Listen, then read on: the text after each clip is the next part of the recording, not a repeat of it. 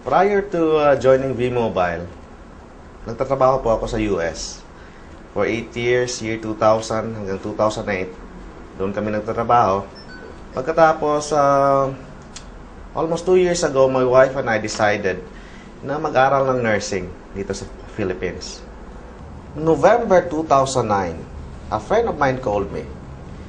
And he told me na mayroon pong magandang opportunity.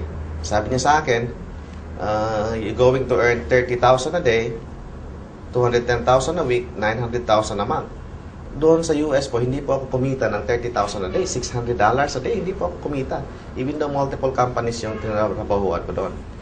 So, it took me 3 months na tinignan ko yung business and the rest is history po. The rest is history. What's the point po? Kung yung kinikita mo doon sa labas, ikitain mo dito sa Philippines. Yan po. That's the beauty po of V-Mobile. For example, you're going to ask advice doon po sa mga taong kumita sa business. Huwag kayong mag-ask ng advice sa mga tao pong hindi kumita. Kasi ang sasabihin niyan sa inyo, negative. For example po, mag-ask kayo ng advice sa marunong mag-drive. Kasi kung doon kayong mag-ask ng advice hindi marunong mag-drive, anong silbi niyan?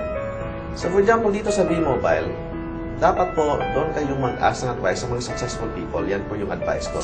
Stay focused on the business, then learn the business po.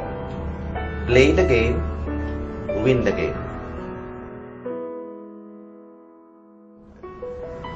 Salamat kayo sa V-Mobile.